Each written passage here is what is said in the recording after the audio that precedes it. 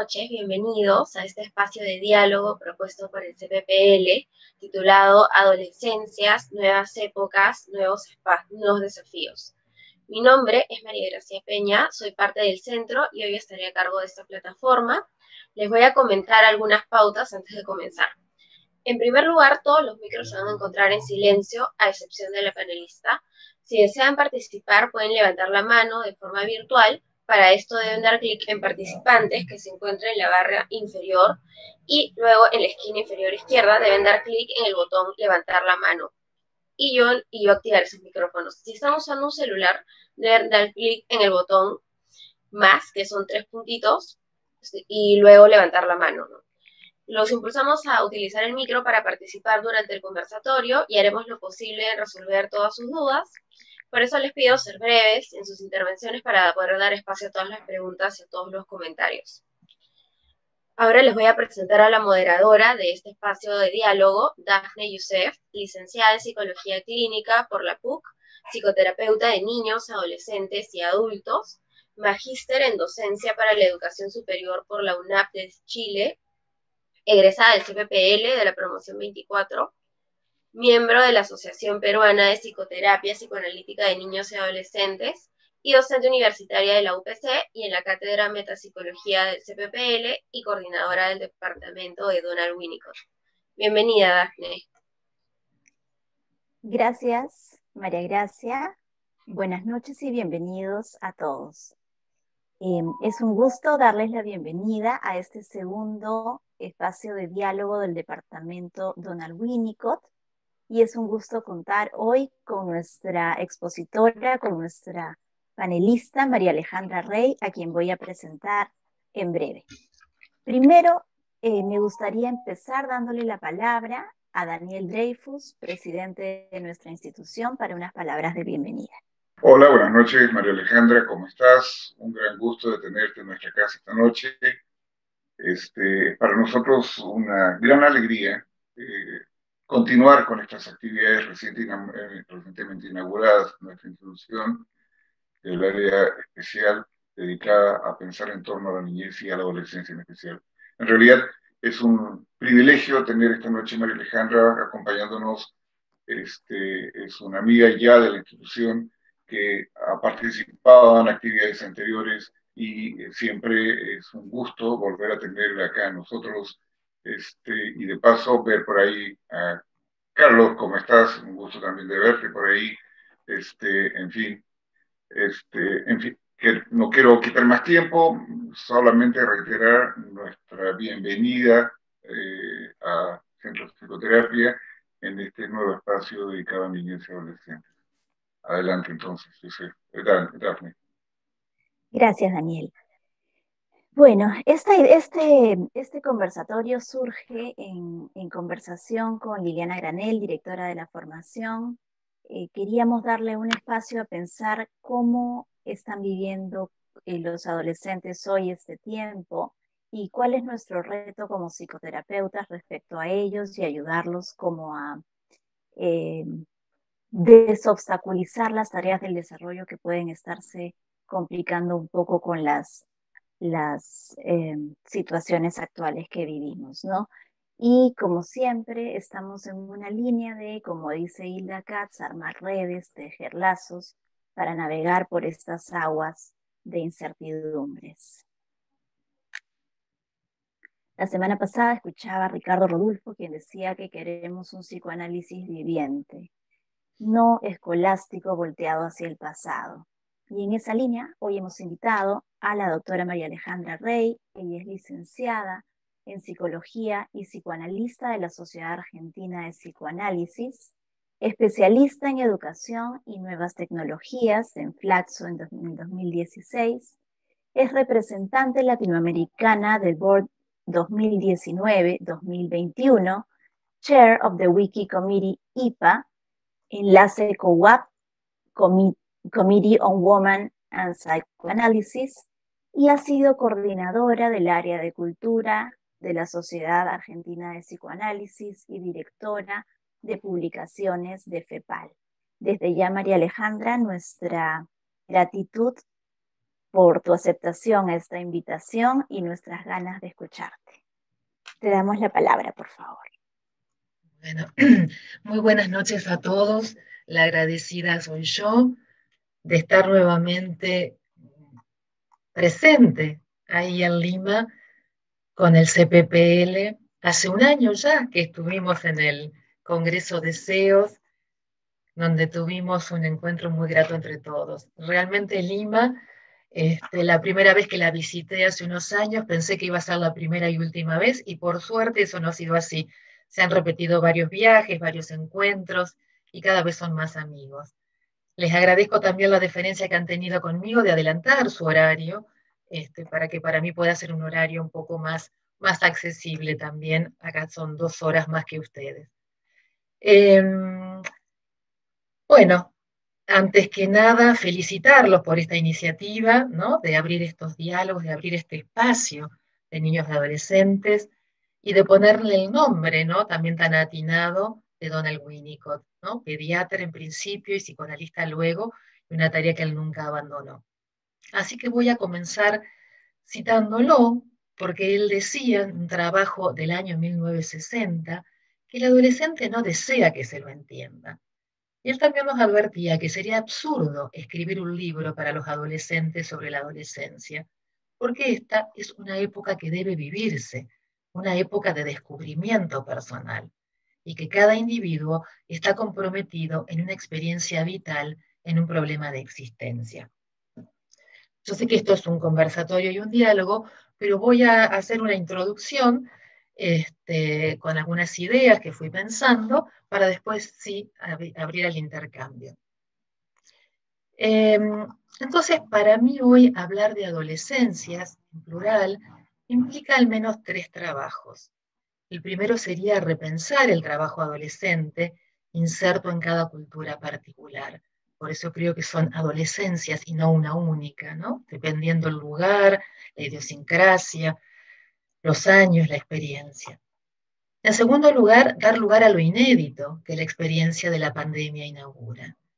Y por último, pensar el lugar de las tecnologías y la virtualidad para nuestro trabajo con ellos. Es algo que también venía pensando incluso antes de toda esta crisis. No voy a ser original al decirles que estamos atravesando un momento singular que nos pide rápidamente muchos cambios y adaptaciones. La aparición del COVID-19, visto como un enemigo externo, nos hizo meternos en nuestras casas para protegernos y proteger a los demás. Primero, se fueron diferenciando grupos más vulnerables que otros, ¿no? Las personas mayores, aquellos que tenían alguna enfermedad previa, los adultos que tuvieron que seguir sosteniendo sus trabajos, los niños que dependen de sus padres. Y en ese contexto pareciera que los adolescentes fueron más resistentes en principio a los riesgos que el virus conlleva. Y esa aparente autonomía pudiera hacer que no estemos tan atentos a sus reclamos y sufrimientos. ¿Qué preocupaciones tienen? ¿Cómo lo sobrellevan? ¿Cómo hacen para ir en contra del impulso propio de su edad de salir a socializar y hacerse de grupos exogámicos? Muchas veces es cierto, la tecnología los está ayudando y los encuentros virtuales los acompañan, en tanto que la convivencia familiar puede ser sostenedora y facilitadora de nuevos encuentros o bien generadora de conflictos que se intensifican por el encierro. ¿Son realmente más inmunes los adolescentes? ¿Cómo viven esas micropérdidas cotidianas? Por ejemplo, las clases que ya no están, los bailes, la posibilidad del viaje de egresados. ¿Qué esperanzas se abren al confrontar con un mundo que ya no se sostiene en los parámetros conocidos y donde las certidumbres se derrumban? ¿Cómo escuchar sus angustias en medio de tantos problemas? ¿Cómo acompañarlos en esta etapa en sus fragilidades, pero también en sus descubrimientos y potencialidades? ¿Cómo los escuchamos y acompañamos desde nuestro lugar de analistas, atravesados también por la misma situación? Como ven, les traigo más interrogantes que respuestas, y creo que entonces va a ser bueno poder compartir las experiencias que ustedes puedan aportar para entre todos, como lo decía Dafne, tratar de ir creando una red y echando un poco de luz sobre un panorama que todavía es oscuro. Para tomar este primer punto, que es repensar el trabajo adolescente, inserto en cada cultura particular, me gustó volver a leer este texto de Winnicott de los años 60 sobre la adolescencia, pero con la idea de poder hacer un contrapunto, ¿no?, con esos desarrollos de entonces y algunas cuestiones de hoy que nos son más afines. Winnicott ahí nos recuerda que existe un solo remedio efectivo para atravesar la adolescencia y que es el transcurso del tiempo y los procesos graduales de maduración, que no hay que tratar de apresurar o de demorar este proceso. Y es muy claro al decir que cada adolescente crece y se convierte en un adulto, aunque muchas veces a esta etapa se la denomine como un problema, olvidándonos de que es un tránsito. Los adolescentes están en vías de convertirse en adultos y la inmadurez les es propia.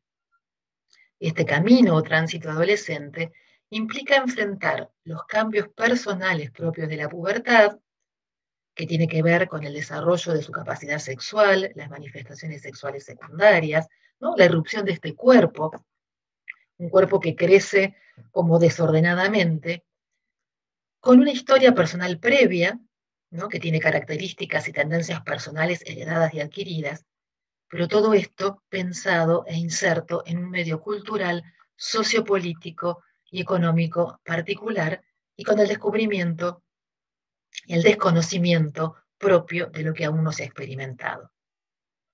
Es cierto que antes de la pandemia ya sabíamos que lo que le sucede a los niños y adolescentes es de índole relacional y que nos las tenemos que ver con las relaciones que cada uno de ellos tiene en y con su entorno. No está de más recordar que para Winnicott el medio tiene un papel importantísimo y que muchas de las dificultades de los adolescentes por las cuales consultan resultan de fallas ambientales tempranos. Para Winnicott, el ambiente facilitador, voy a recordarlo, ustedes seguramente lo tendrán presente, el ambiente facilitador suficientemente bueno es aquel que permite establecer una continuidad, pero que no es predecible y tampoco perfecto, porque el crecimiento para ser tal tiene que ser impredecible, es decir, no seguir un patrón ya programado, y además imperfecto, ¿no?, porque es humano y no es artificial. Este crecimiento suficientemente bueno pasa a ser aquel en el que el ser humano desarrolla toda su imperfección innata. Ahora, en aquella época, Winnicott, al hablar de medio, en general se refería a la familia más en concreto, que era la que ayudaba a atravesar esta etapa. Entonces, un primer punto que me gustaría traer aquí para pensar y para polemizar, si se quiere, es cuestionar, ¿no?, los estereotipos de familia modelo, porque hoy se va dando lugar a pensarla como un ente en movimiento y en transición. Este fue un modelo familiar tomado en cuenta por Freud y que también conservara Winnicott, si bien él hablaba de funciones, tiene un porvenir incierto, ya que hoy tenemos nuevas configuraciones llamadas familiares y los progresos de la genética nos abren la imaginación ante fenómenos que no pueden ser registrados por el Estado civil todavía. Por ejemplo, pensemos en la reproducción humana asistida, en las políticas de género, en la posibilidad de adopción por parejas homosexuales, las familias ensambladas, las monoparentales, los movimientos feministas, la llamada declinación del patriarcado, las crisis de masculinidad. Ya que mencionaste a Rodulfo, él dice que la familia no es el único lugar donde se va tramando la subjetivación, que la pantalla, ¿no?, donde estamos ahora nosotros, sacude las viejas estructuras familiares, en donde lo íntimo era un valor que no se ponía en cuestión. Y hoy la intimidad va reconfigurando sus fronteras. Según este autor, hay 5 instancias de subjetivación: la familia, la escuela, los pares, la pantalla y todo el campo de lo ficcional. Tendríamos que ver hoy cómo armamos, ¿no?, y qué lugar de privilegio le damos a cada uno de estos espacios. También me gustaría mencionar a Judith Butler, porque ella sostiene que en este contexto de la pandemia es necesario revisar la centralidad que ha asumido la idea de hogar como un espacio de resguardo frente a este enemigo invisible. Y ella propone buscar otras definiciones de la palabra refugio, porque este mandato de permanecer dentro del hogar no funciona para muchas personas, especialmente para aquellas personas sin hogar, pero también para las mujeres, los niños y adolescentes que sufren abuso y violencia, o aquellas personas solas que están privadas de todo contacto social. Todos sabemos que en este contexto han aumentado los casos de violencia. Butler sostiene que tenemos que distinguir entre modos de protección que no encierran y modos de protección que hacen una distinción entre a quienes debe protegerse y quienes deben quedar expuestos al daño.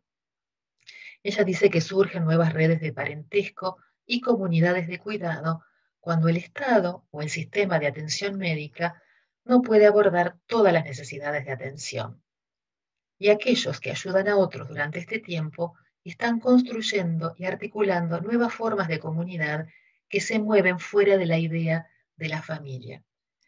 En todo el mundo yo creo que han sido los jóvenes los que han salido, ¿no?, a la palestra tratando de ayudar y de brindar su apoyo y sostén a las personas mayores cuando lo han necesitado. Y este es un movimiento inédito. Volviendo al artículo de Winnicott, y solamente para mencionar algunas características propias, como para refrescarlas. Es la alternancia entre independencia desafiante y una dependencia regresiva, o bien la coexistencia de ambos, es decir, una alternancia entre la omnipotencia y la impotencia. También el aislamiento, a partir del cual puede iniciar un proceso que lo lleve a relacionarse con otros individuos, y la socialización, especialmente a partir de los grupos de pares. Es decir, individualización primero para luego socializar. Ahora, hoy tenemos un aislamiento forzado que dificulta las posibilidades de salidas socializantes, y esto es vivido por muchos como una intrusión. También aparece el deseo sexual previo a la madurez sexual. Primero vivenciadas en aislamiento, con un periodo de incertidumbre, las actividades masturbatorias, las actividades compulsivas hetero-homosexuales,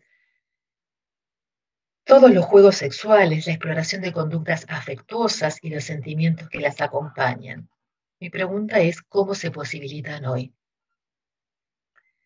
Es cierto que Winnicott exploraba los cambios sucedidos en los 50 años previos. Este artículo es de los años 60.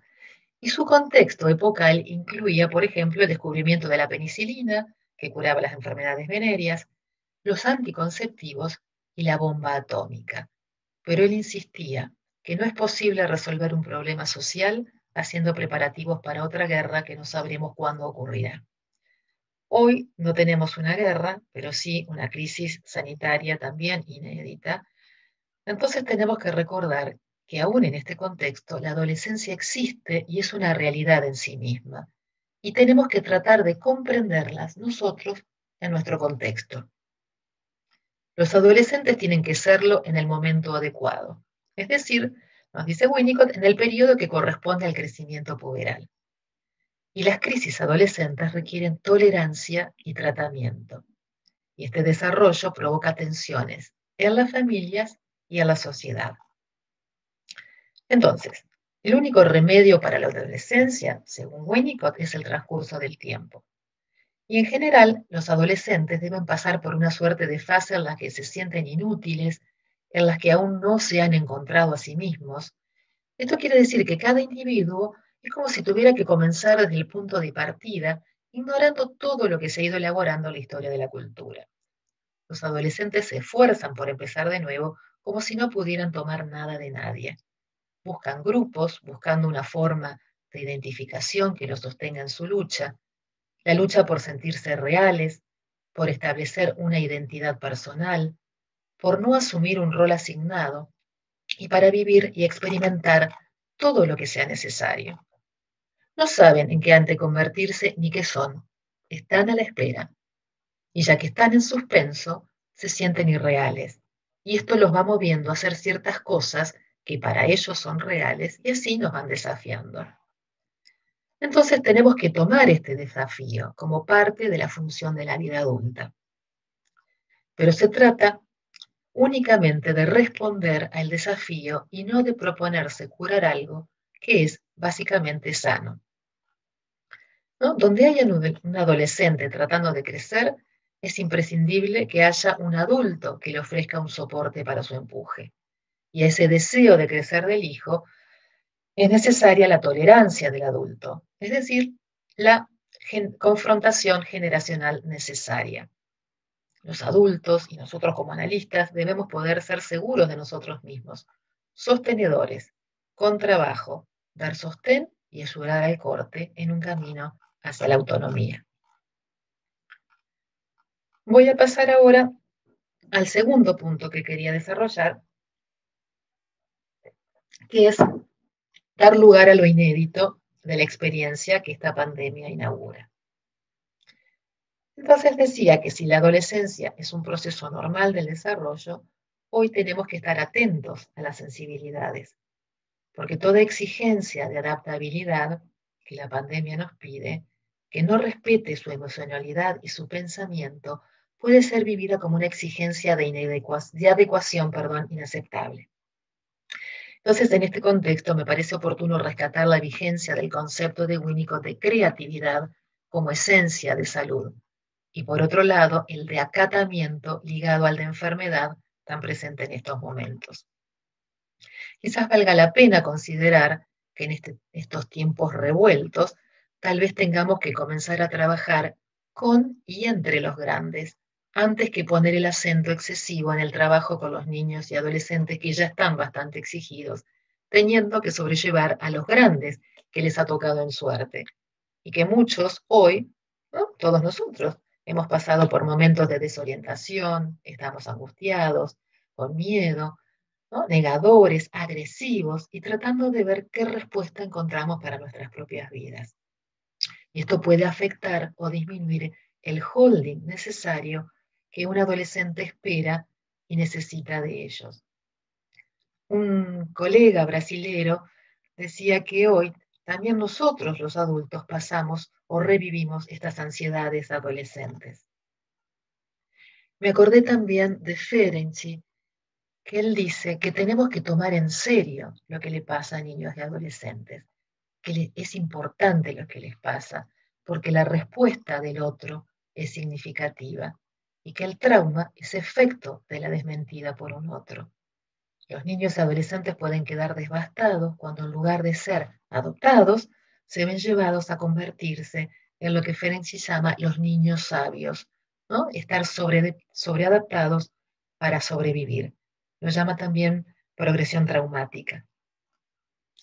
Entonces, la inmadurez es esencial para la salud y la cura el paso del tiempo. Hay que permitirles a nuestros adolescentes que surja el pensamiento creador, sentimientos nuevos y frescos, ideas para una nueva vida. Y en esto todos somos responsables, padres, analistas, escuela, la sociedad en general. Y la respuesta social creo que debe ser no represiva, sino significativa y dar lugar al planteo adolescente, escuchar el aporte de los jóvenes, sus reclamos y su derecho a la participación. Porque si bien es cierto que muchos autores han enfatizado los duelos adolescentes o lo que se pierde, también tenemos que recordar que hay mucho de creativo, de movimiento, ¿no? Y de potencia que se pone en juego. Este derecho y el reclamo a la participación en Argentina, por lo menos se ha visto con marchas multitudinarias por el derecho al aborto seguro, legal y gratuito, con el movimiento Ni Una Menos. Y también recordé en otros países, no tengo muy presente en Perú, ustedes me dirán, pero hay muchos adolescentes que están ayudando a transformar el mundo. Recordé en Chile todo el movimiento estudiantil con Camila Vallejo, Malala Yousafzai, ¿no? Que a los 11 años pidió por el acceso a la educación de las niñas en Pakistán, la activista ecológica Greta Thunberg, creo que es el apellido, y también descubrí en Inglaterra a Mika George, que fue quien pidió que el Estado se haga cargo de facilitarles a las adolescentes todos los elementos sanitarios para cuando las niñas tengan su periodo y no estén en condiciones de poder pagarlo. También revisé varias encuestas de UNICEF que dan cuenta sobre cómo sobrellevan el encierro los adolescentes. La mayoría dice que duerme mucho, algunos se dedican a hacer las tareas, miran series, juegan con sus amigos, ¿no? en las redes, compartiendo un espacio virtual, transicional lo podríamos llamar, Se comunican a través de las aplicaciones con amigos, con novios, con familiares. Pero es cierto que aparecen enojos por las restricciones. Muchas pueden cumplir con las medidas de aislamiento, pero otros transgreden. ¿Cómo sostener la paradoja entonces? ¿Cómo sostener espacios de exploración en este contexto? Y lo que más se pone en juego es la necesidad de espacios para conectarse con intimidad que sean diferenciados y no compartidos. Muy difícil en estos momentos porque no todos los hogares cuentan con comodidades suficientes. Entonces, un exceso, ¿no?, de esta presencia familiar puede no dar lugar a esa intimidad necesaria para poder pensar. Un exceso de familia no siempre significa mayor facilidad para vivir la vida de un modo saludable, sino que puede acarrear la pérdida de intimidad, el temor a volverse transparentes, a no tener escondites para jugar y para soñar sin ser observados. Les cuento una pequeña viñeta de una paciente que le tocó empezar su primer año universitario a distancia 2 meses después del divorcio de sus padres y de tener que mudarse a una casa diferente.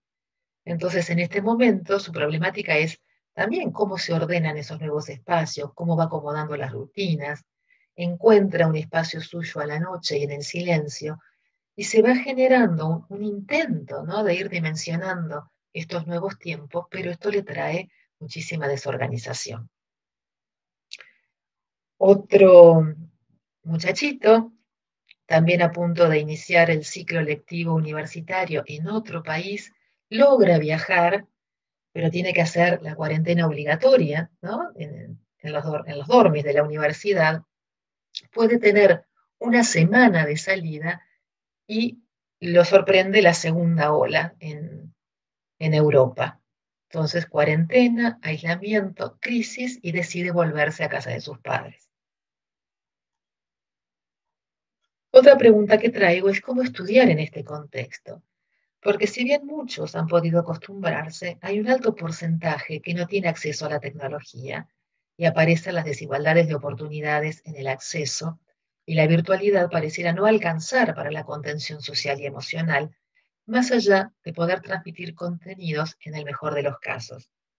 Porque este también creo ha sido un desafío para los docentes, que se han encontrado con que dar una clase virtual no es solamente transponer, ¿no?, un PowerPoint o recitar una clase como estaban acostumbrados. Eso requiere otras condiciones. Esto le pasó a otro paciente mío, que es estudiante de farmacia.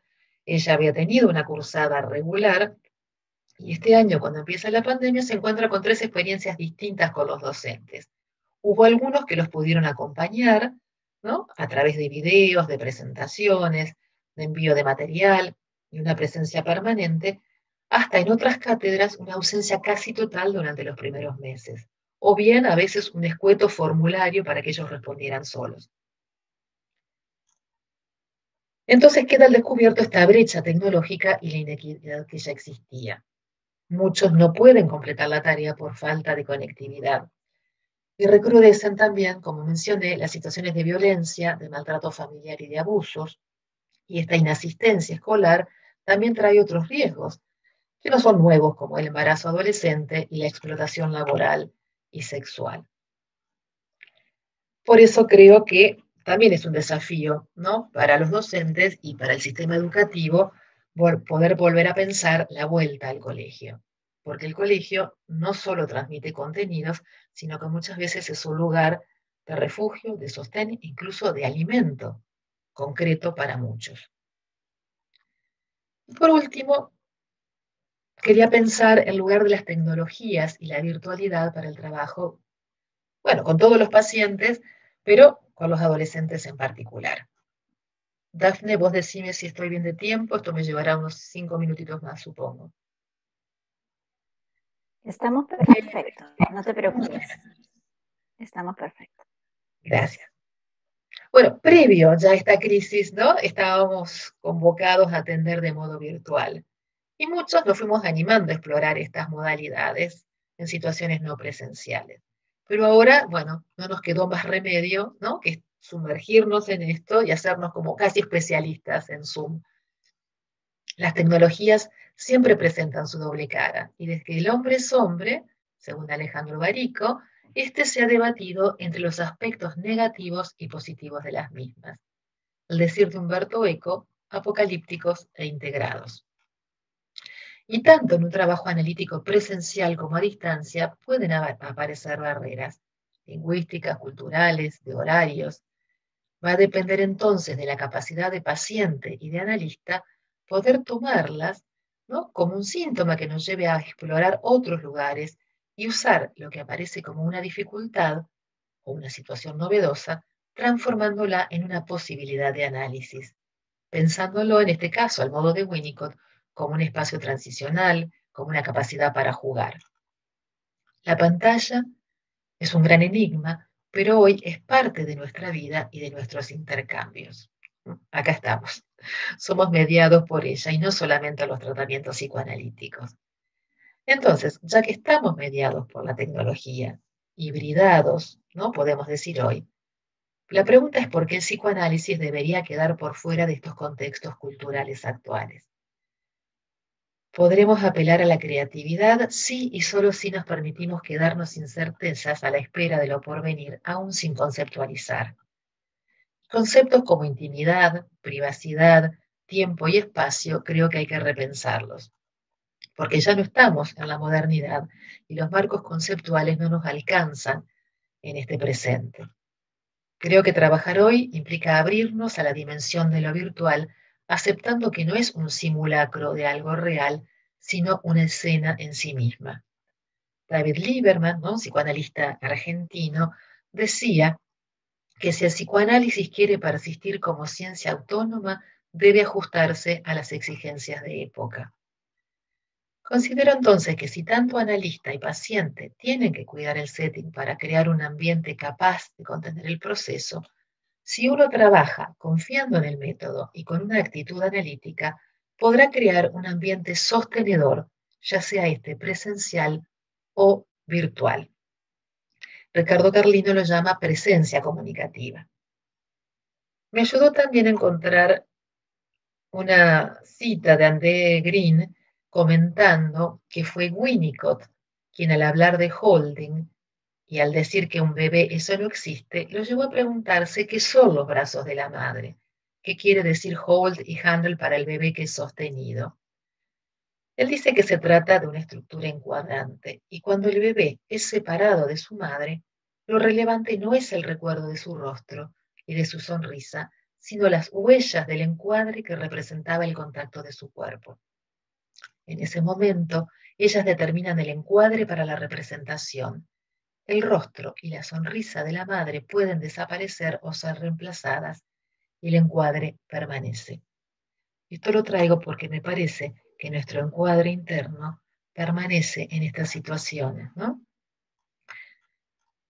También lo vuelvo a mencionar a Ferenczi porque él nos recuerda que si el paciente siente que de hecho lo cuidaremos y que lo tomaremos en serio en su necesidad infantil de ayuda, vamos a ser capaces de inducir al paciente a mirar atrás hacia su pasado sin terror. Si el paciente se da cuenta de que yo siento genuina compasión por él y que estoy decidido con ilusión a buscar las causas de su sufrimiento, entonces, bueno, él podrá hacer un relato de estos eventos y hablarnos, ¿no? La atmósfera agradable le permite proyectar las experiencias traumáticas al pasado y comunicarlos como recuerdos. Creo que tal vez estemos en este camino, insisto, presencial o virtualmente. Quien ha estudiado mucho este tema es Alessandra Lema. Ella dice que la tecnología no es buena ni mala, pero tampoco es neutral. Probablemente los psicoanalistas iremos encontrando nuevas formas de habitar los espacios a los que la nueva cotidianidad nos va llevando. El desafío de esta época implica nuevos paradigmas relativos al tiempo y al espacio, la presencia o la ausencia, la realidad o la ilusión. Tal vez no sea desacertado adoptar la idea de un mundo virtualmente real. Ella lo llama virtually actual, un mundo que es y no es. Un espacio creado por las nuevas tecnologías que lleva a zonas no exploradas, tanto de los encuentros virtuales como lo de los encuentros presenciales mediados por la tecnología. Situaciones también inéditas, vínculos que surgen por primera vez, que se editan por vez primera, como diría Nemirovsky, que nos obliga a estudiar, entre otras cosas, la tecnología como herramienta entre analista y paciente que facilita encuentros que no serían posibles de otro modo. Cómo inciden las nuevas tecnologías en la subjetividad, cómo la usamos y si las dejamos entrar al consultorio. Es cierto que animarnos a explorar estas situaciones pone en juego nuestras limitaciones, porque crear intimidad depende, en muchos casos, de la capacidad de empatía, de nuestra actitud analítica, de saber esperar el momento propicio, tolerando la incertidumbre y pudiendo esperar a que se consolide el vínculo. El consultorio como espacio compartido ayuda a abrir espacios de intimidad y cercanía, pero no lo garantiza, ¿no? Hay como una ilusión de que el setting es seguro y que nos va a proteger. Y esto también ha entrado en crisis para nosotros al tener que trabajar en esta modalidad. Me acuerdo aquí de un paciente que él me decía hacia el final de su análisis, dice, sé que este espacio es ficticio, pero es lo más real que tengo. Entonces las relaciones en la actualidad se dan gracias a la conectividad en mundos reales y virtuales que han empezado a homogeneizarse como una especie de tejido sin costuras. Hay mucho que aprender, sobre todo para crear el mejor encuadre y para poder salvaguardarlo, pero esto no quiere decir que no se pueda trabajar psicoanalíticamente. En cada encuentro virtual, vamos descubriendo no solamente las posibilidades, alcances y limitaciones de las plataformas, sino también nuevas facetas en nosotros mismos. Me ayuda a pensar el espacio virtual como un espacio de transición que puede facilitar una experimentación útil, ¿no? Entonces, ¿por qué no pensar que más allá de creer que la tecnología es una especie de demonio que va a traer solo patologías, sino el uso de las redes sociales y el ciberespacio puede ofrecer un medio accesible para representar los conflictos y tal vez para resolverlos? Esto nos lleva a reconsiderar nuestros supuestos teóricos. Tal vez se trate de unir transitando a la experiencia con un respeto absoluto por los tiempos del otro, al modo de una madre suficientemente buena que ayuda a ir de la dependencia a la independencia, que sabemos que siempre es relativa, acompañando y dando tiempo para el despliegue de las potencialidades. Poder confiar en que algo va a ocurrir si se puede esperar. Y me refiero con esto a los tiempos del paciente, para integrarse consigo mismo y en su relación conmigo, para evitar un cuerpo como unidad temporal y espacial, para tener experiencias para lograr un self. Y a los tiempos del analista también, de paciencia para poder empatizar con un extraño, de confianza, de poder dar continuidad al proceso a pesar de las dudas. Tomarse uno tiempo y darle un tiempo para que emerja entre ambos lo inédito. Tenemos que dar lugar a experiencias íntimas y silenciosas, no estados ociosos, sino una capacidad de espera despierta y alerta, no integrada, receptiva y lábil. Al decir de Masud Khan, poder estar en barbecho, un estado transitorio de experiencia, un modo de emparentarse con una quietud despierta y con una conciencia receptiva y ligera. Muchas veces se han descuidado estas necesidades fundamentales de la persona, como la de gozar de intimidad, la de no estar integrados, la de poder estar en barbecho. Y muchas veces hay intrusiones, por ejemplo, interpretaciones o intervenciones que hacemos a destiempo, el querer imponer marcos rígidos a ultranza o imponer teorías forzadas que no promuevan el crecimiento personal. Stefano Bolognini, el expresidente de IPA, decía que la relación analítica sea una posibilidad de vivir una experiencia de sintonía compartida, alejándonos de artificios teóricos defensivos para facilitar el acceso a una intimidad que no se logró en la experiencia vincular temprana. Dejo abierto el camino para seguir pensando estas experiencias en las que hoy estamos inmersos. habrá que inventar tal vez nuevos usos del tiempo y del espacio que permitan la reflexión, el diálogo y el pensamiento, no tratando de volver a un pasado que está irremediablemente perdido, pretendiendo restablecer algo que cambió indefectiblemente, sino intentando encarar esta nueva temporalidad y espacialidad que se viene gestando en las redes informáticas y que está aquí para quedarse. Bueno, hasta aquí mis ideas, así que ahora me gustaría poder escucharlos y conversar.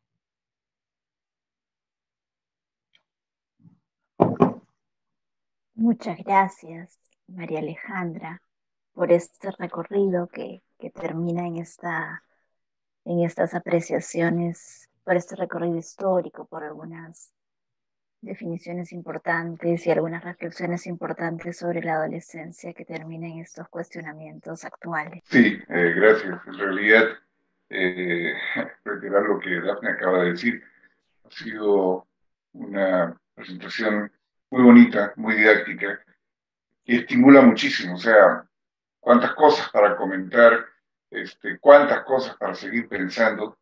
Definitivamente esto que ha venido para quedarse. Todas estas cosas que estamos implementando ahora, todo esto que estamos sabiendo ahora, está para quedarse. No,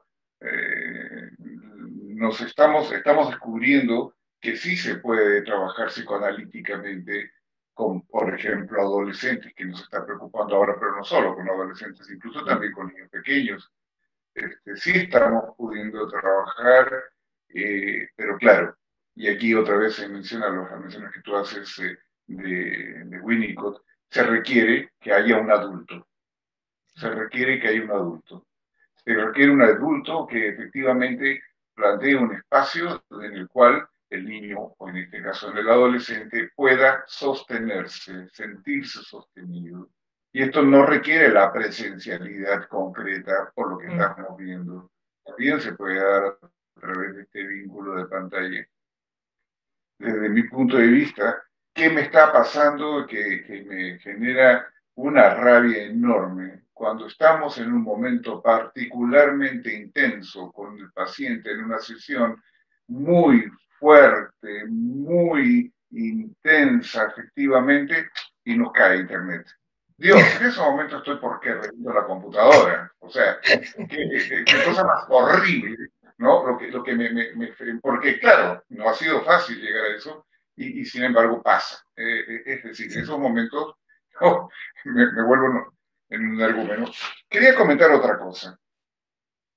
En efecto, ¿no? O sea, tú planteas todos estos cambios que se están dando en el contexto actual. Y efectivamente, ¿no es cierto? Los cambios de las familias, el contexto en que rodea a nuestros adolescentes, ¿sí? Y el adolescente y la adolescencia es contextual, es un fenómeno cultural. Esto está bien planteado y claramente lo planteas tú también cuando ves que desde Winnicott, ¿no? De Winnicott, la penicilina, la bomba, en fin, en los tiempos actuales, en esos momentos, los tiempos actuales plantean otros temas a otro tipo de adolescentes, a otro tipo de adolescencia. Y me estaba acordando de este textito de Lía Ricón, La familia es suficientemente buena, que plantea la necesidad entonces de estos cambios familiares, que hay algo, que no importa cuál sea la estructura de la familia en concreto, pero lo importante es que sigan habiendo adultos que pueden hacerse cargo de una inmadurez a la cual los adolescentes tienen el derecho de vivir. ¿No es cierto? En fin, podría seguir hablando, pero no, ahí nomás. Hay muchas otras cosas. Muchísimas gracias, María Alejandra. La verdad que lindo lo que hemos escuchado hoy de ti. Gracias, Daniel. Susana Vázquez pide la palabra. Gracias, Dafne. Gracias, María Alejandra. Me gustó mucho esto que dijiste sobre repensar en el adolescente. Y encuentro que hay motivos de consulta que ya existían desde antes, pero ahora sobre todo con niñas, los cortes que se hacen en los brazos y trastornos del sueño. O sea, hay varias adolescentes que se quedan, y eso sí, adolescentes, mujeres y hombres. Los cortes los veo más en las niñas. y se pasan la noche entera.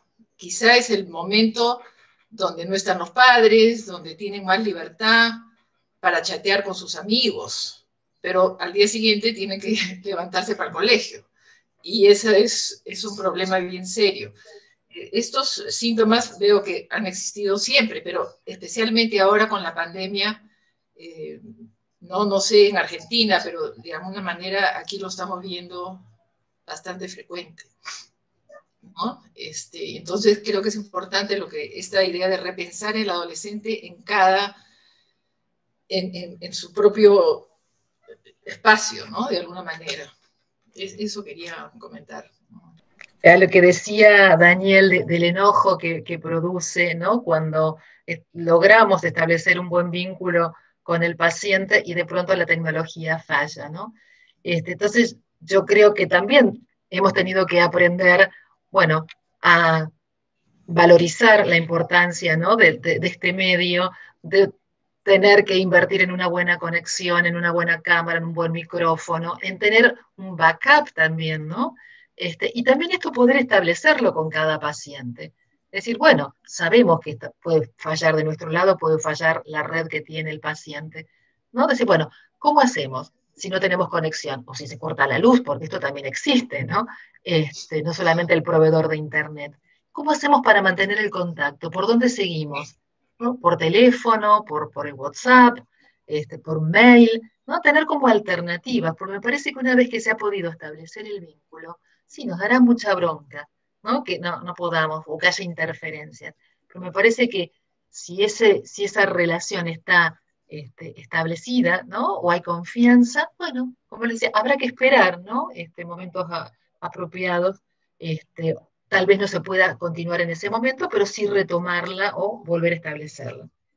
Y lo de los trastornos del sueño, sí, han aparecido, pero han aparecido también a los adultos, ¿no? Yo creo que esta experiencia ha trastocado como todo nuestro espacio y tiempo, ¿no?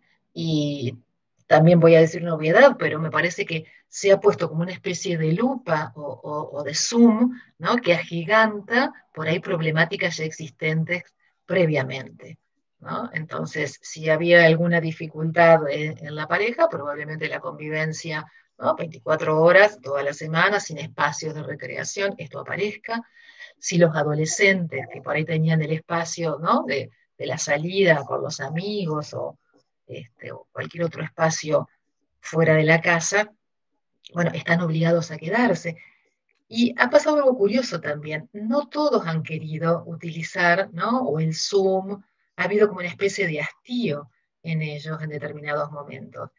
Y esta exigencia del tener que levantarse, como vos decías, Susana, para cumplir con la tarea, lo que decía es que también tal vez haya que ir como graduando, ¿no? Ese nivel de exigencia. ¿Es tan importante el contenido, ¿no? ¿O es más importante la experiencia que puedan tener con sus amigos, con sus pares, con los docentes, ¿no? Las otras cosas que facilita la escuela, más allá del contenido en sí mismo. Me parece que por ahí tendríamos que ir regulando un poco esto, ¿no?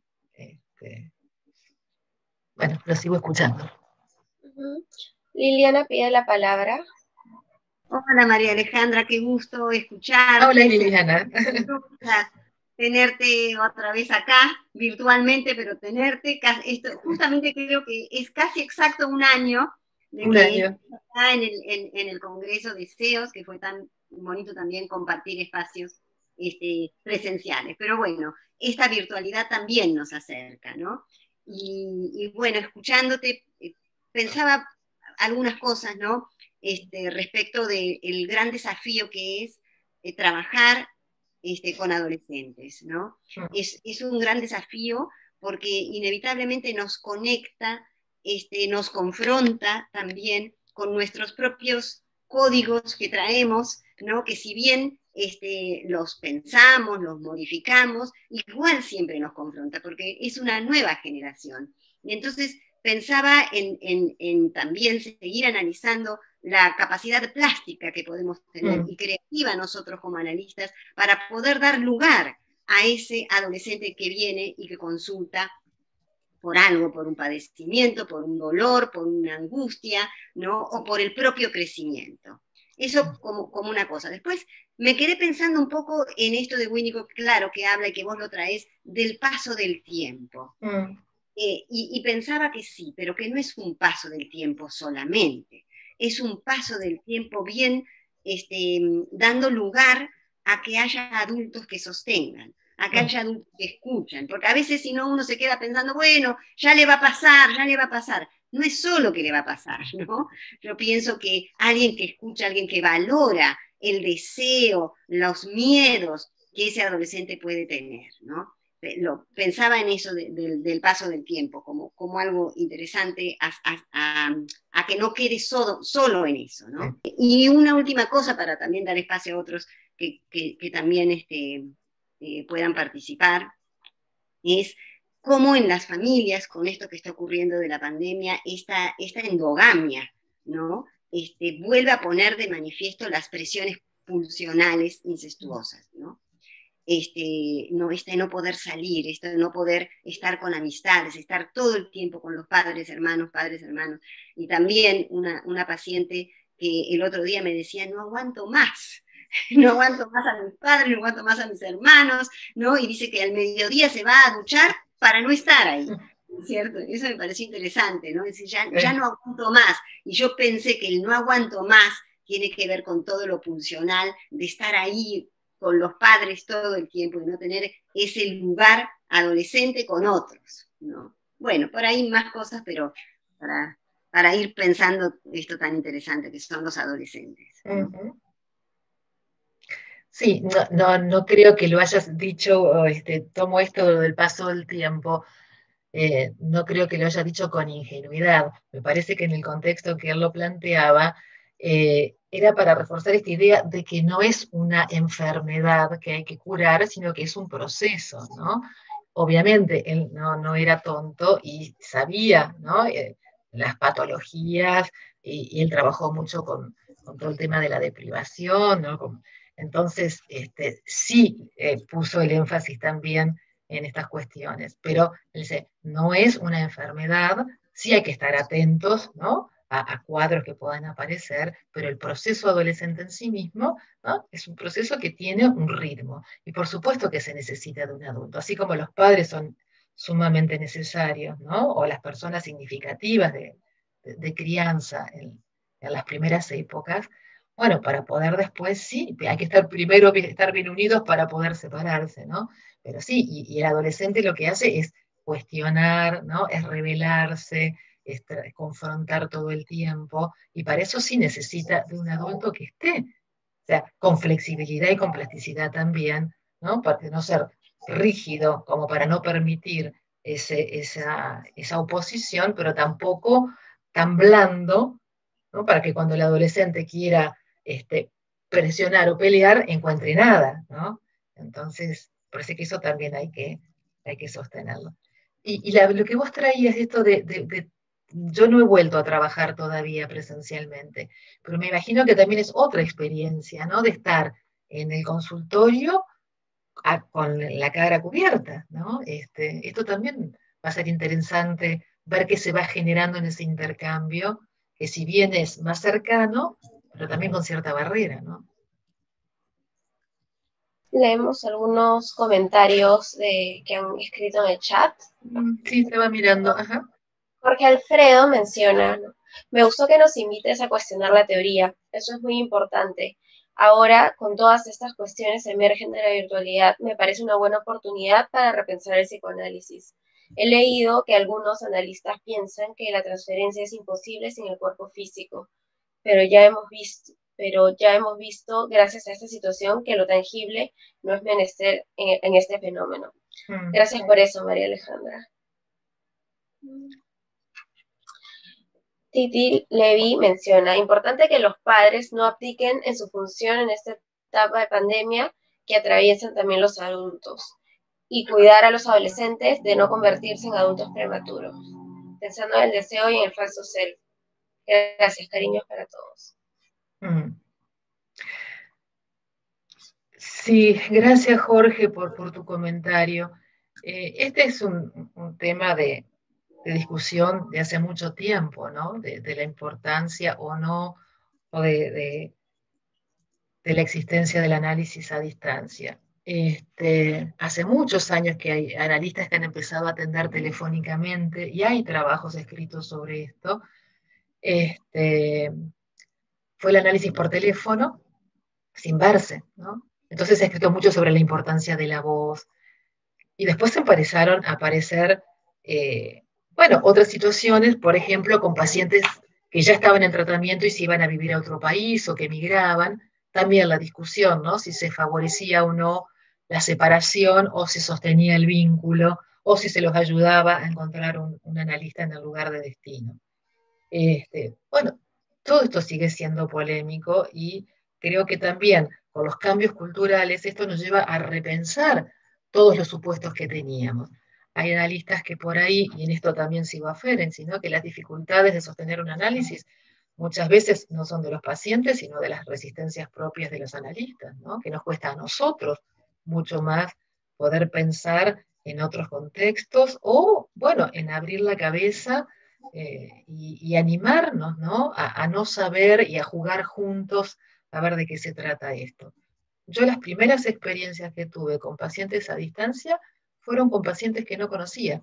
Y son pacientes que veo hace más de 4 años, a razón de 3 veces por semana, y sí, si la transferencia existe, existe, les puedo dar cuenta. En algún momento, pero si quiero, les presento un trabajo que tengo con una paciente silenciosa. Poder soportar y tolerar este tipo de tratamientos ha sido todo un desafío. Y lo tomé así.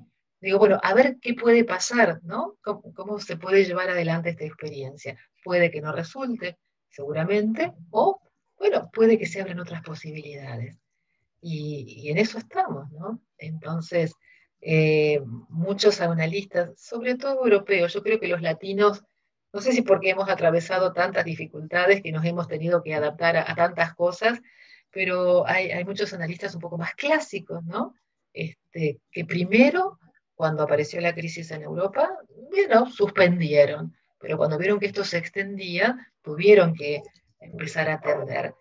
Y muchos decían que esto era una especie de, como los antiguos parámetros, ¿no? Pero que era otra cosa, que no era análisis, que el verdadero análisis retomaría después. Bueno, habrá que seguir viendo, ¿no? Con menos prejuicios de qué se trata todo esto. Y lo de Titi, no te veo por ahí, pero sé que estás, sí, digamos, el desafío es doble, porque los adultos también tenemos que sostenernos y tenemos que reconocer lo que les decía, ¿no? Que estamos asustados, que tampoco podemos prever, pero por otro lado, el trabajo yo creo que también nos ayuda, y estas experiencias, ¿no? Que lo facilita la virtualidad, de tener distintas miradas, ¿no? De todo el mundo. Yo creo que esto también era impensable. Antes teníamos que movilizarnos, ir a congresos, ¿no? Hacer un viaje, y ahora esto está mucho más a mano. Entonces yo creo que esto también es una riqueza, ¿no? Poder discutir con todos ustedes. Y sí, no hay que obligarlos a que se conviertan en adultos prematuros, ¿no? Ferenczi decía también que muchos niños son como los psiquiatras de los padres. Entonces, bueno, ver cómo nos las ingeniamos para encontrar en el espacio que tenemos. Por eso digo, o sea, cuando hablo en general, lo que se nos aparece es un adolescente de clase media, pero sabemos que hay adolescencias. Bueno, ustedes tienen programas de asistencia a la comunidad también, ¿no? Entonces, los adolescentes no son los mismos, ¿no? Y hay muchísima variedad. Pero sí, no hay que forzarlos. Yo quería hacer algunos comentarios y algunas preguntas también. Sobre lo último que dijiste, María Alejandra, qué reto tan grande para las familias es eso, ¿no? No hacerlos adultos prematuramente y en este tiempo tampoco infantilizarlos, sino,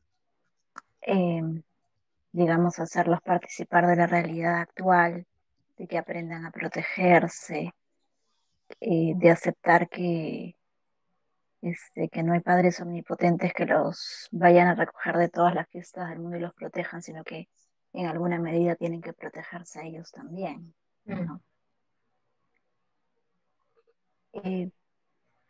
Pensaba sobre un tema que había leído esta mañana. Hemos hablado tanto del encuadre interno, ¿no?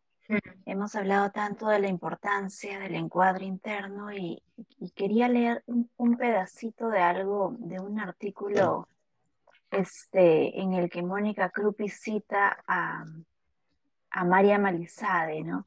Dice, el encuadre externo se articula con el encuadre interno del analista. El encuadre interno es ese instrumento principal para garantizar un buen proceso. Está constituido por un conjunto de propiedades psíquicas que interactúan como radares invisibles. Las propiedades psíquicas están relacionadas con la organización mental del analista, de acuerdo a su propio análisis, su autoanálisis, las experiencias de vida, las condiciones personales, el talento clínico, su salud mental, la vocación analítica, la formación profesional, etc. Alizada en el 2002. Y yo pensaba cuando leí esto, ¿cuántas de estas características que menciona están hoy también un poco removidas, ¿no? Las experiencias de vida, las condiciones personales, la salud mental, o sea, hay cosas que probablemente se mantienen mucho, la formación profesional, la vocación analítica, pero cuántas cosas están hoy removidas, ¿no? Y lo otro que pensaba era que el fin de semana escuchaba a Urribarri y decía que al adolescente no le falta nada, sino que le sobran cosas, que no sabe qué hacer con ellas hasta que aprende a armonizarlas, ¿no? Entonces habla de 3 ejes: la reapropiación del cuerpo, de la historia, la asunción de la vida, porque estas últimas cosas se rearman en reformulaciones que tienen que ver con un lugar en el mundo, con un destino que se fija, que se busca, que se sigue, y 2 consolidaciones que son el carácter y el ideal de yo, que se terminan de armar en los fines de la adolescencia. Es casi una cita. Entonces pensaba, no creo que sea un proceso detenido esto de ubicarse en el mundo. Probablemente es un proceso en curso que nos es difícil imaginar, pero estar en casa no es dejar de ubicarse en el mundo. Pero por otro lado pensaba un poco desordenadamente en la cualidad y cómo se reemplaza, se resigna la cualidad sensorial del afecto del adolescente nuclear, ¿no? De las amigas que se abrazan, que van al baño juntas abrazadas en secundaria. Eso, ¿no?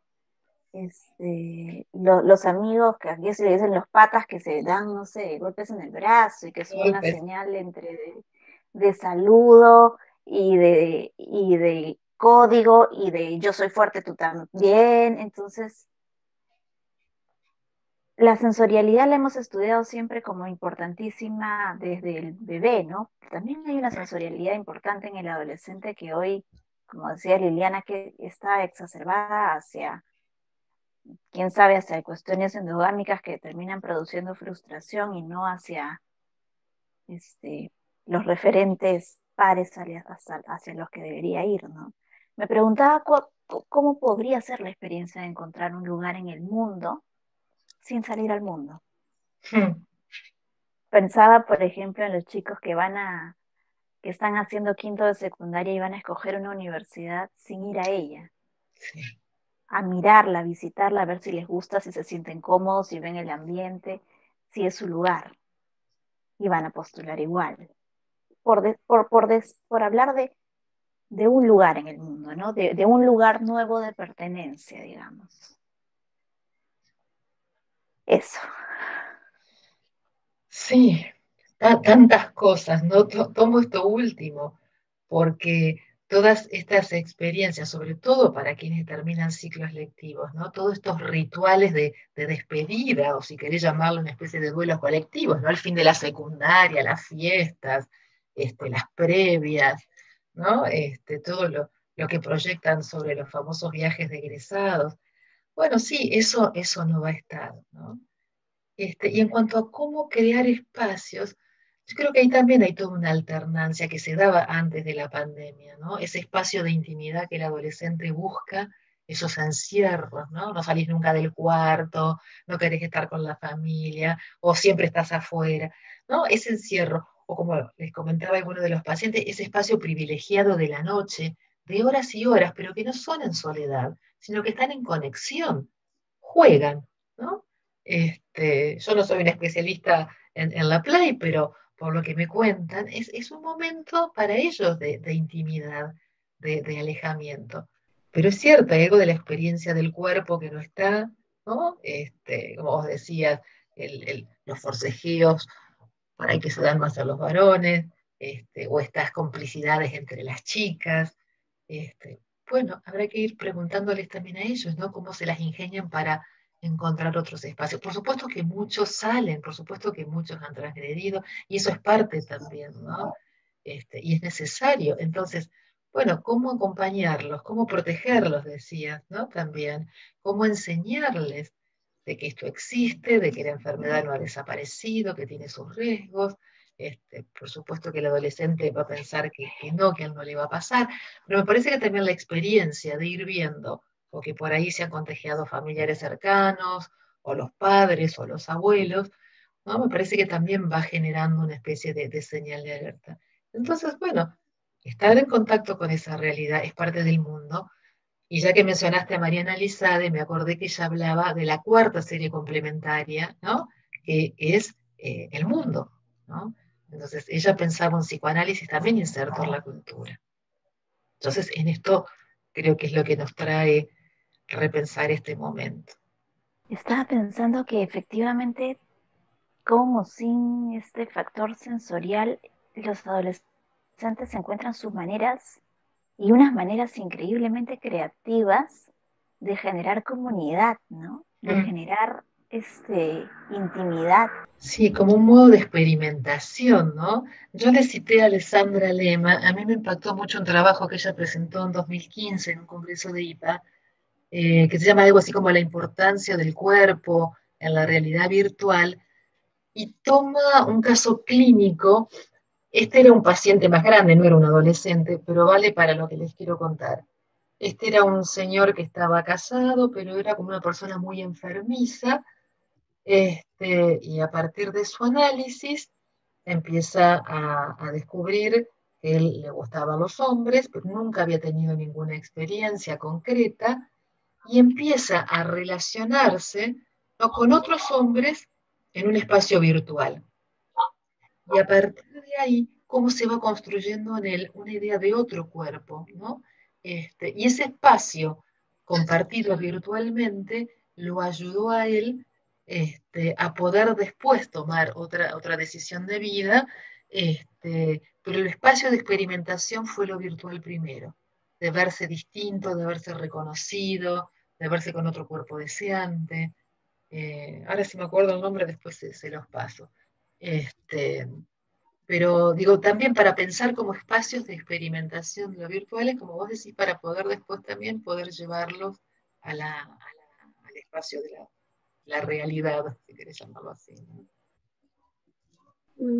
Víctor pide la palabra. Sí, buenas noches. Muchas gracias Hola, Víctor. Por la exposición muy, muy bonita.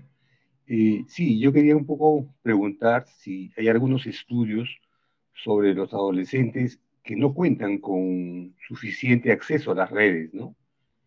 Hace poco vi una experiencia de un adolescente, no, un poco más ya 25 años, ¿no? Terminando la adolescencia, que se quejaba porque estaba en una clase virtual y se llenaba de ira porque la red no lo acompañaba, ¿no?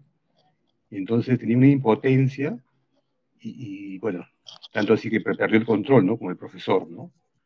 Y decía, no, ustedes no me entienden, yo estoy aquí en una montaña, era una ciudad de Ayacucho, Sí.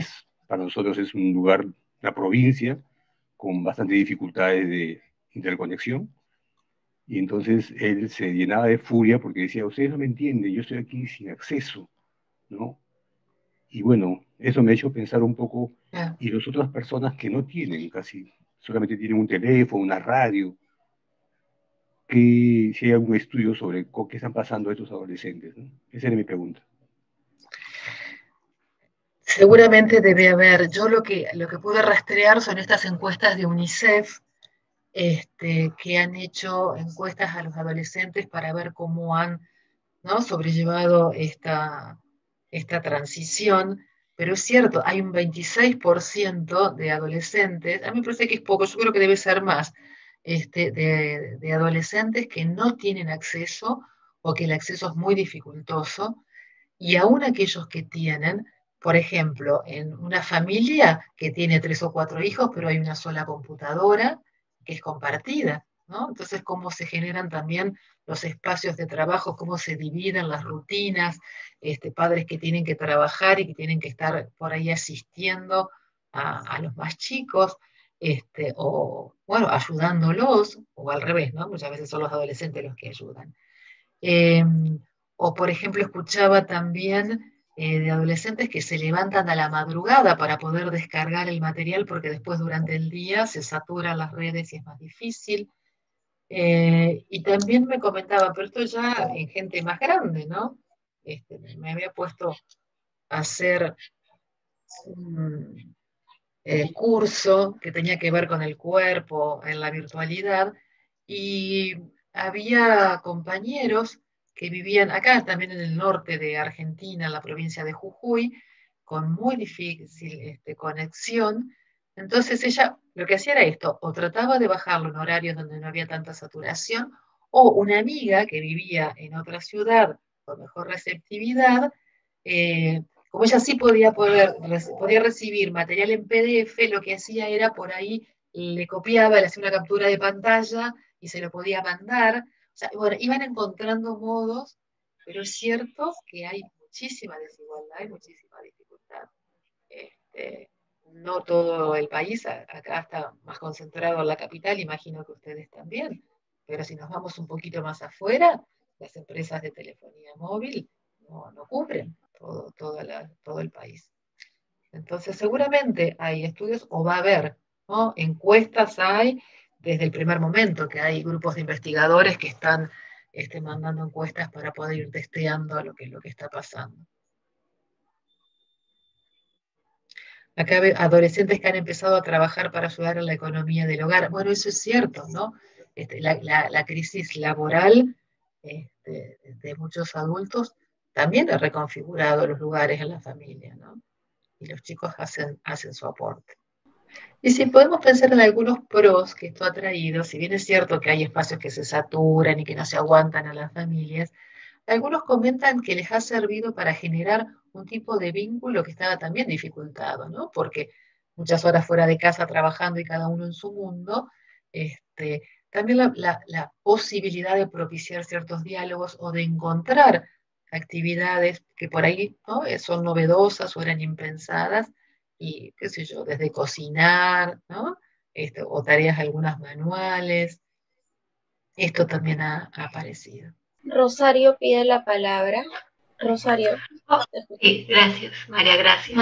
Hola, Rosario. Hola, María Alejandra, ¿cómo estás? ¿Cómo estás, Rosario? Qué gusto. Bien, sí, encantada de escucharte. Yo estaba pensando en algunos adolescentes que, por ejemplo, cómo proyectar un futuro, ¿no? Porque ahorita como que su realidad es presente, nada más, ¿no? Sí, digamos, me sonrío porque es una pregunta que nos atraviesa a todos, ¿no? ¿Cómo poder imaginar ciertos futuros? Yo creo que también nosotros siempre vivimos con la ilusión de que podíamos manejar el futuro o que podíamos proyectar un futuro a largo plazo, ¿no? Creo que también, bueno, vivimos un poco así porque eso nos ayuda a no tener que pensar con algo que es universal, que es que no tenemos la vida comprada y que la muerte está en todos lados, ¿no? Entonces hacemos proyectos, compramos pasajes, planificamos un posgrado, una conferencia, ¿no? Pensando que todo va a ir bien. Entonces, por eso yo creo que estas crisis nos sacuden y nos confrontan con esto y nos hacen vivir en lo inmediato. O sea, eso no hay que negarlo. Y es cierto que es muy difícil las frustraciones, ¿no? O papás que no saben si mañana los van a despedir porque el negocio cerró, y no los pueden mantener. Lo interesante es, bueno, no puedo generalizar, pero ver cómo cada una de estas personas, cómo cada uno de estos papás puede también ir descubriendo algún potencial que le permita como reciclarse, ¿no? Hay mucha gente que ha ido inventando cosas nuevas dentro de lo posible. Y por supuesto que también cada país en particular, ¿no? Yo creo que la realidad argentina es muy diferente que la realidad de Perú. Yo creo que ustedes tienen por ahí cierta estabilidad, ¿no? Que no es la nuestra. Entonces, bueno, yo creo que hay que acompañarlos, hay que mostrar, digamos, como ciertos horizontes, pero también ser realistas con esto, ¿no? Yo creo que es una pregunta muy difícil y que la tenemos que ir pensando también caso a caso. Así como vos decías, esto de ciertos aislamientos que son normales, hay otros que no lo son, ¿no? Cómo poder detectarlos, ¿no? Y cómo ver si este chico que vos decías se la pasa imaginando, pero no acciona por ahí, bueno, está bien, es cierto, en este momento no podría salir al exterior, bueno, pensar, ¿no? También eso en cada caso en particular, si esto es una dificultad impuesta por la circunstancia externa o si tendrá que ver también con algo de este adolescente en particular, ¿no? María Alejandra, ¿cómo estás? Hola, Belinda. Muy contenta, como hemos comentado, de tenerte aquí. Bueno, respecto a esto último, yo pensaba cómo lo que traías de Winnicott respecto a la adolescencia se mantiene sustancialmente. Y es como si pudiéramos pensarlo en diferentes escenarios de diferentes épocas y de diferentes culturas. Por un lado, con mucho cambio, ni qué decir ahora en la pandemia, pero por otro lado, con unas invarianzas básicas, ¿no? Las cuestiones del cambio, por supuesto, la cuestión del tiempo, la cuestión de la confrontación, la búsqueda de la identidad. Y tal vez es más tarea nuestra confiar y mirar la tecnología en toda su amplitud y no como mirando solo lo que falta de lo no presencial físico, que por supuesto que falta y que lo corporal directo no se sustituye, pero que abre un mundo de posibilidades y que tal vez a los adultos nos implique un mayor esfuerzo confiar en ello, ¿no? En esto nuevo. Y en la creatividad innata y vincular de todos. Ahí no solamente de adolescentes, por supuesto, ¿no? Pero es como si fuera, me parece, una especie de reticencia o resistencia nuestra, ¿no? Pero que los adolescentes lo pueden implementar de un modo más libre, más creativo, aún con algunos sustos nuestros, ¿no? Pero que la creatividad me parece que es la gran protagonista de toda esta situación, ¿no? Sí, sí. Además, yo creo que, digamos, cada época también ha tenido sus desafíos tecnológicos y no pensar que la tecnología es algo en sí misma. La tecnología es un producto del hombre, ¿no? Y desde que el hombre es hombre, ha tenido que, ¿no? Inventar, no sé, el martillo, la rueda, digamos. Yo creo que el mayor desafío ahora es la vertiginosidad con que se han dado estos cambios, ¿no? Porque si pensamos que los celulares, ¿cuántos años tienen? Muy, muy pocos, ¿no?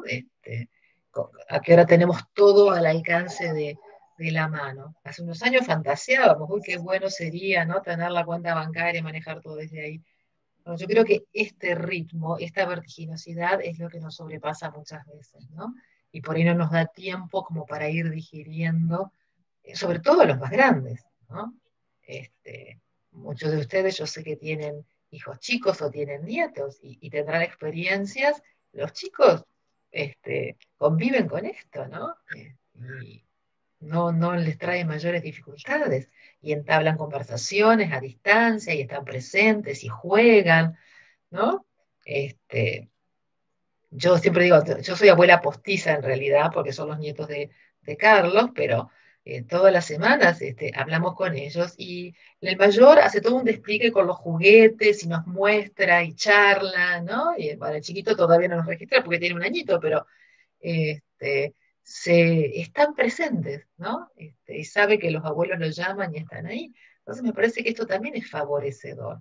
Entonces yo creo que, bueno, como todo, hay cosas que son generadoras de patología y hay cosas que son propiciadoras de relaciones saludables también, ¿no? Y habrá que sacarle el jugo. Katy pide la palabra. Buenas noches. Hola, Katy.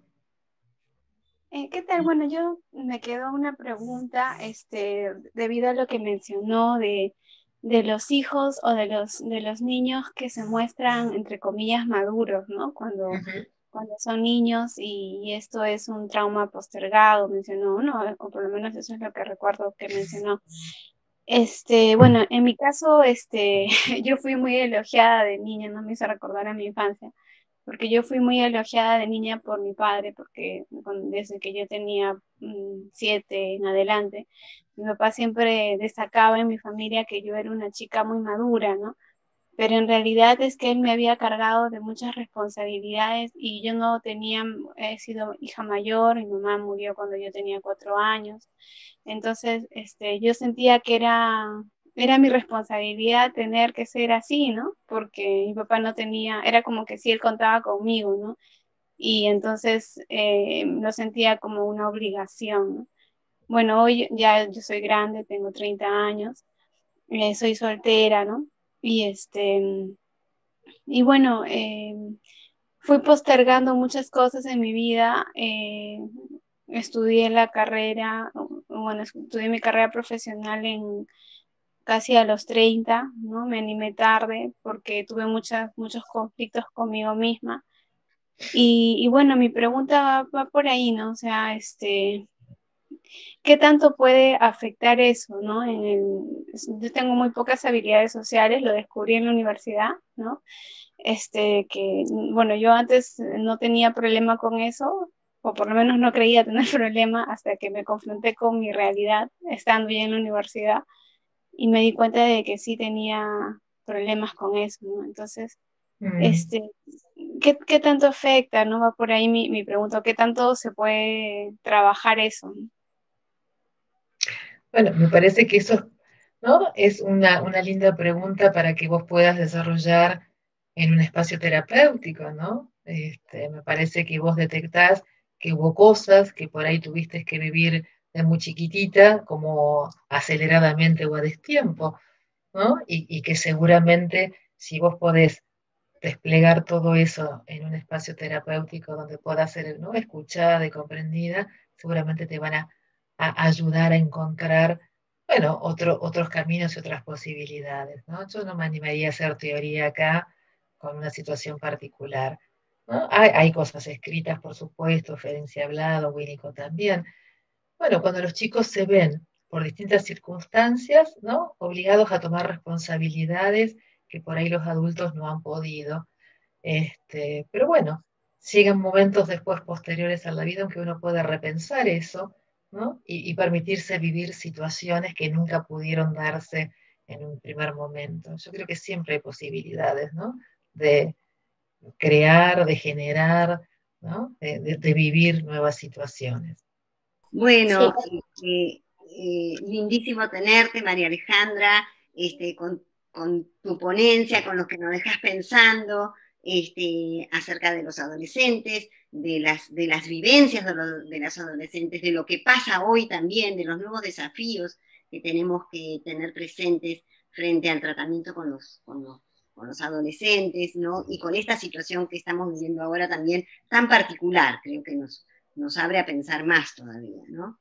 Y también de todo lo que se habló, me quedé pensando hace un rato también, ¿no? Que es interesante, por ahí siempre tengo en la mente esto, que Eros siempre está ahí presente, ¿no? Y Eros empuja al cambio, empuja a lo nuevo, a lo vivo, a lo dinámico, ¿no? Y empuja también a todas estas nuevas tecnologías, ¿no es cierto?, que nos hacen estar cerca en una distancia. Entonces pensaba en Eros y en esto que por suerte está siempre presente para nosotros, para los adolescentes, para las nuevas generaciones que empujan y están ahí. Y hablando de eso, encontré una frase que también va acorde a esto que estábamos hablando hoy, que dice que, bueno, los adolescentes y todos nosotros estamos siempre en un trabajo psíquico, entendiendo el psiquismo como un continuo reordenamiento de marcas históricas que conjugan repetición y creación, de un abanico de respuestas que implican pensar, encontrarnos ante experiencias significativas que posibilitan un devenir que incluye siempre lo novedoso. Y en eso lo novedoso, Eros, ¿no? Entonces te agradezco la presentación y espero pronto que puedas estar también para esto que estamos planeando, un seminario que dictes en nuestra institución. Seguiremos hablando para poder que se concretice ese seminario, ¿eh? Entonces, muchísimas gracias. Y bueno, le paso la palabra a Dafne y por supuesto también para ti, María Alejandra. ¿Te gustaría cerrar con algo, María Alejandra? Solamente agradecerles una vez más, siempre es muy grato y muy cómodo conversar entre amigos, y además también es estimulante, ¿no? Esto genera, bueno, mucha inquietud y leer cosas y ver qué poder contarles de la experiencia. Así que, bueno, animémonos, ¿no? Animémonos a compartir, animémonos a estar en contacto aún virtualmente. Y bueno, seguimos pensando, Liliana, a ver de qué manera puedo participar allí. Ya tengo algunas ideas en mente que voy a seguir trabajando para cuanto antes poder poner a disposición este material. Así que bueno, gracias al CPPL y gracias a todos. Te agradezco mucho, te agradecemos mucho por tu disposición, por el conocimiento compartido.